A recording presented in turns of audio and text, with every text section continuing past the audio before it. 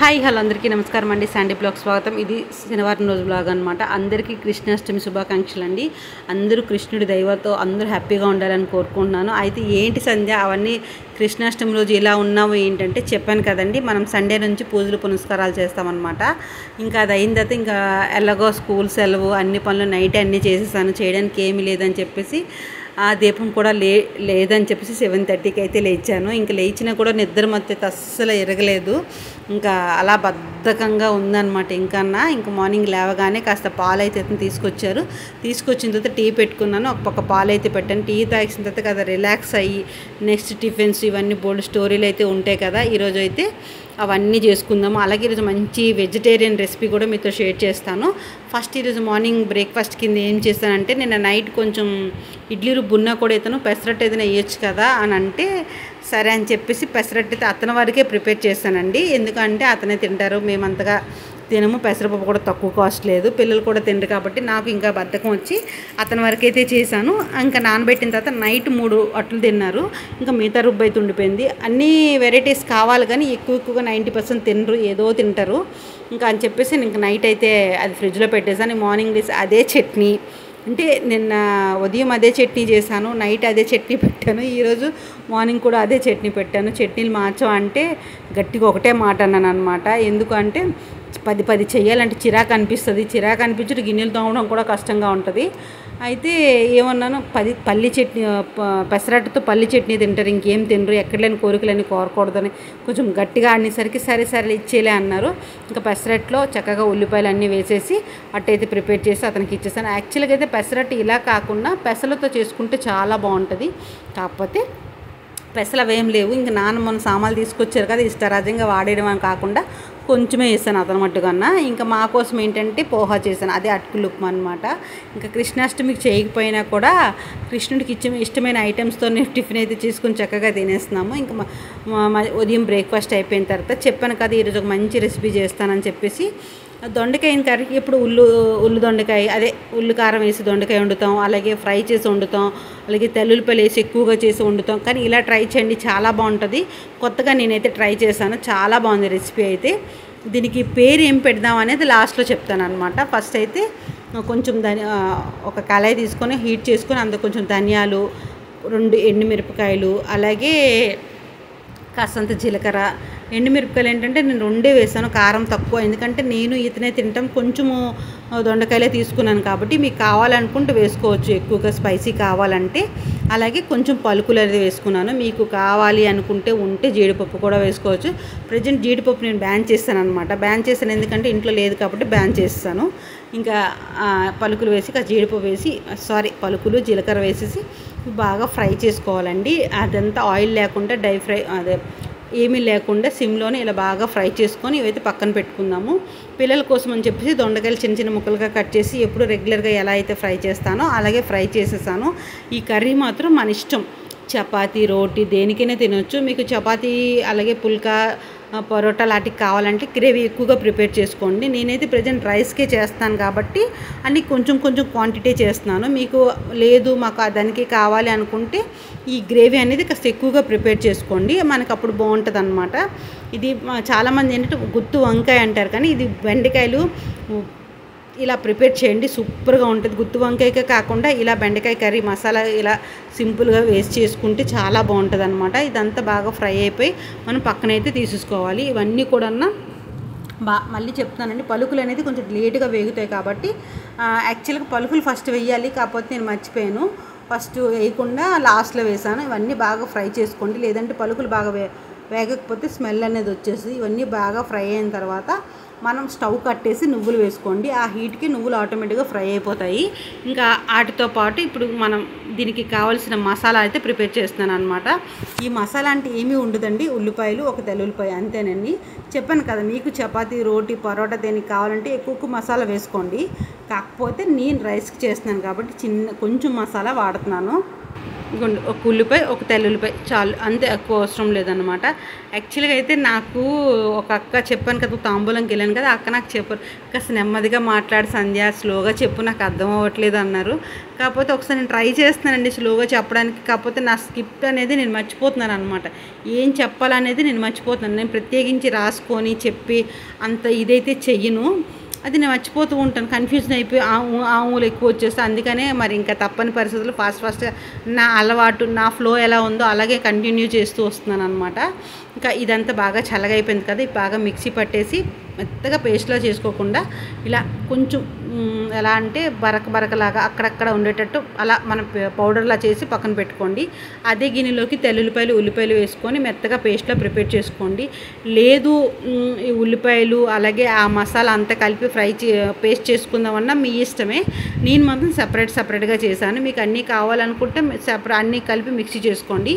నేనైతే ఇలా చేశాను అనమాట. ఇవన్నీ కూడా మెత్తని పేస్ట్లా ప్రిపేర్ చేసుకొని, ఇవి ఫస్ట్ ఏంటంటే ఉల్లిపాయలు, తెల్లుల్లిపాయలు ఉంది కదా, అది వేసుకొని అది ఫస్ట్ మనం ఫ్రై చేసుకుందాము. కళాయిలోకి కొంచెం ఆయిల్ వేసేసుకొని ఫ్రై చేసుకోవాలన్నమాట. మీకు కావాలి ఆయిల్ ఎక్కువగా ఉండాలంటే వేసుకోవచ్చు. నేను కొంచెమే ఆయిల్ వేస్తున్నాను, ఆయిల్ మరీ అంతగా వేయట్లేదు. ఇది వేగడానికి కూడా టైం పడుతుంది కాబట్టి కొంతమంది ఆయిల్ ఎక్కువగా వేసేస్తారు. ఏం అవసరం లేదండి, కొంచెం ఆయిల్తోనే చక్కగా మనం కర్రీ ప్రిపేర్ చేసుకోవచ్చు. బాగా ఫ్రై అయితే, ఏ కర్రీ కూడా బాగా ఫ్రై అయితే ఆటోమేటిక్గా, మీడియంలో చక్కగా ఫ్రై అయితే ఆటోమేటిక్గా కర్రీలో ఆయిల్ అనేది బయటకు వస్తూ ఉంటుంది. చాలామంది ఆయిల్ ఎక్కువగా వేసేసి ఇలా ఆయిల్ ఉంటేనే బాగుంటుంది కర్రీ అది ఇది అంటారు. అదేం అవసరం లేదు, ఇలా మనం చేసుకుంటే సరిపోద్ది. నేను అది ముద్ద వేగేలోపు దొండకాయలు అనేది కట్ చేసుకున్నాను. ఈ దొండకాయలకి మధ్యలో ఇలా సెంటర్కి ఒక ఘాటు పెట్టి, మళ్ళీ సెంటర్కి ఒక ఘాటు పెట్టి 4 ఘాట్లు వచ్చేటట్టు పెట్టుకొని ఇలా ప్రిపేర్ చేసుకోవాలి. నేను ఆ ఉల్లి ముద్ద అది వేగేలోపు ఇదైతే ప్రిపేర్ చేసుకున్నాను అనమాట. ఇందాక సాల్ట్ వేయడం మర్చిపోయాను. ఇప్పుడు సాల్ట్ వేసుకొని ఈ స్టఫింగ్ అనేది బెండకాయల్లో మనం పెట్టుకోవాలి. ఎక్కువ పెట్టుకుందామన్నా మీ ఇష్టమే, కొంచెం పెట్టుకుందామన్నా మీ ఇష్టమే, ఏదైనా మీ ఆప్షన్కే వదిలేసాను. కొంచెం ఆయిల్ వేసుకోవాలన్నమాట.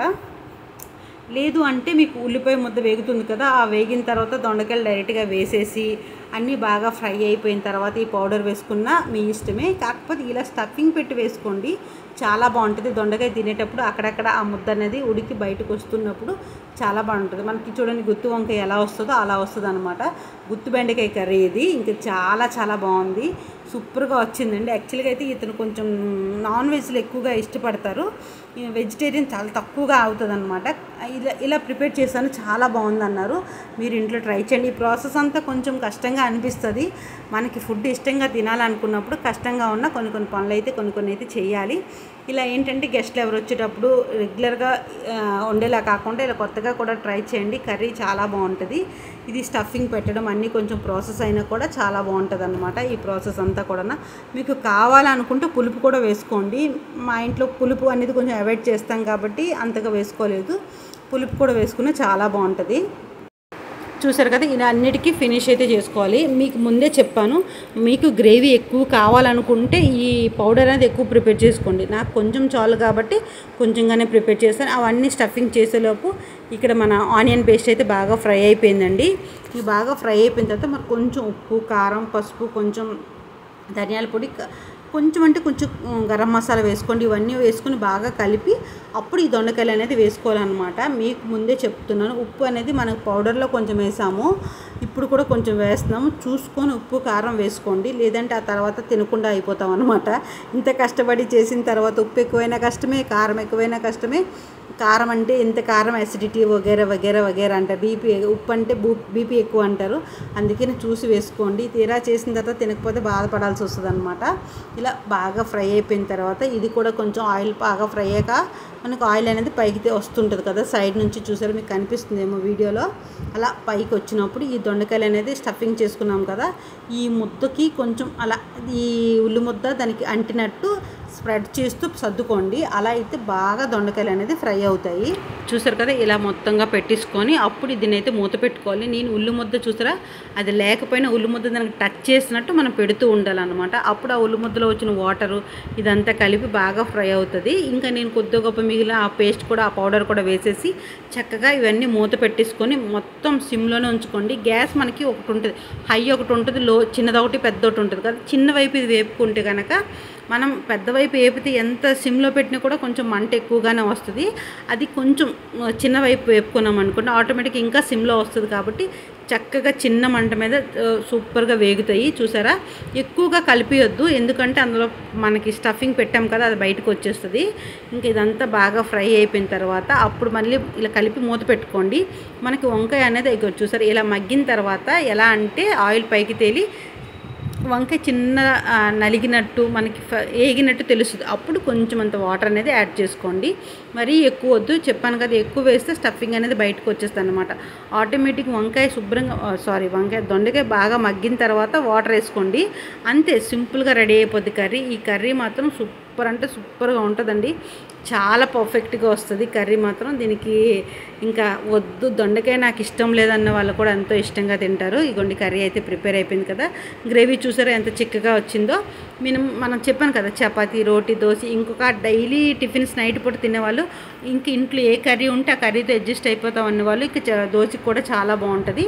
ఇంకా నేను దగ్గరగా ప్రిపేర్ చేస్తాను, ఎందుకంటే మాకు రైస్ కాబట్టి ఇంకా దగ్గరగా ప్రిపేర్ చేశాను. చూసారు కదా కర్రీ చూస్తే ఎలా ఉంది, చాలా బాగుంది కదా, తింటే కూడా ఇంకా బాగుంది. మీరు ఇంట్లో ట్రై చేయండి. ఇంకా లేట్ ఎందుకు, ఇంకో రెసిపీ అయితే మొన్న అమ్మ వాళ్ళు వచ్చినప్పుడు నేను చేశాను, అది చెయ్యొచ్చు కదా అంటున్నారు ఇతను. ఖచ్చితంగా చేస్తానండి, ఆ రెసిపీ కూడా మీతో షేర్ చేసుకుంటాను. ఇంకా పిల్లలకు చెప్పాను కదా దొండకాయ కర్రీ ఇలా ప్రిపేర్ చేశాను, 2 పూటలకి సరిపోతుందని చెప్పేసి. ఇంకా అవన్నీ అవుతుండగానే పెద్ద గిన్నెలన్నీ కొన్ని క్లీన్ చేసుకున్నాను. ఈరోజు ఒకటే బట్టలు అయితే చాలా తడిపానండి. ఇంక ఈ బట్టలన్నీ తడుపుకొని ఆరబెట్టుకొని గిన్నెలన్నీ క్లీన్ చేసుకొని మధ్యాహ్నం లంచ్కి అయితే కూర్చున్నాను అనమాట. ఫస్ట్ అయితే అతనికైతే వేసి ఇచ్చాను, సూపర్గా ఉందన్నారు. ఫస్ట్ అతనికే పెడతాను, నేను టేస్ట్ చేస్తాను. కానీ మనం వండింది ఏదైనా తిని అవతల వాళ్ళు కాంప్లిమెంట్స్ ఇస్తేనే మనకి సాటిస్ఫాక్షన్ అయితే ఉంటుంది. నేనైతే ఇంకా అతను తినగానే ఒక స్మైల్ వచ్చి సూపర్గా ఉందన్నారు. ఇంకా వెంటనే నేను కూడా తినేసాను అనమాట. సూపర్గా లేదంటే ముఖం పడేస్తామని అంటారేమో అని వెంటనే నేను కూడా టేస్ట్ చేశాను, చాలా బాగా వచ్చింది. ఇంకా మిషన్ పని చేస్తూ కొంచెం అంటే మిషన్ పని చేసుకుని అలా ఉండిపోయాను. బట్టలు అయితే బోల్డ్ తడిపోయానని చెప్పాను కదా. వర్షం అయితే విపరీతంగా పడిపోయిందండి. మిషన్ పని చూసుకుంటున్నాను, నాకు తెలియలేదు. నైట్ పడుకునేటప్పుడు తీద్దాము, వర్షం అప్పుడు పడుతుంది కదా, క్లైమేట్ కొంచెం తెరిపించింది కదా అని వదిలేశాను. తీరా చూసరికి మా మిషన్ అలాగే చిన్న సౌండ్ వస్తుంది అసలే. తీరా చూసరికి విపరీతంగా వర్షం పడుతుంది, బట్టలన్నీ తడిచిపోయి ఇంకా డబ్బుల పని అయితే అయ్యిందనమాట. ఎంత వర్షం పడిందో తెలీదు, మీకు డైరెక్ట్గా ఆ సౌండ్ కూడా వినిపిస్తాం చూడండి.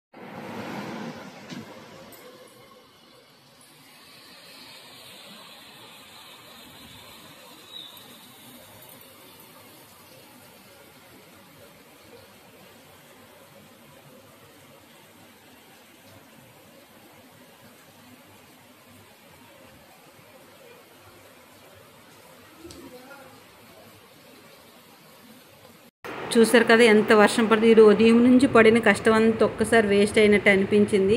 ఇంకేం చేయలేనండి, తీసి ఎక్కడ వాడు పెట్టేశాను అనమాట. ఇదనమాట ఈరోజు స్టోరీ. ఎంత కష్టపడి బట్టలను ఉతికినందుకు కాస్త రిలీఫ్ అయినది, లాస్ట్లో పెంట చేసింది అదంతా.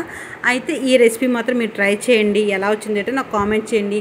ఇంకా డీటెయిల్గా కావాలనుకుంటే ఈసారి ఇంకా ఏదైనా రెసిపీ మీదైతే షేర్ చేసుకుంటాను. ఈ వీడియో నచ్చితే లైక్ కొట్టండి, షేర్ చేయండి, ప్లీజ్ సపోర్ట్ చేయండి. రేపు వీడియోలో మళ్ళీ కలుసుకుందాం.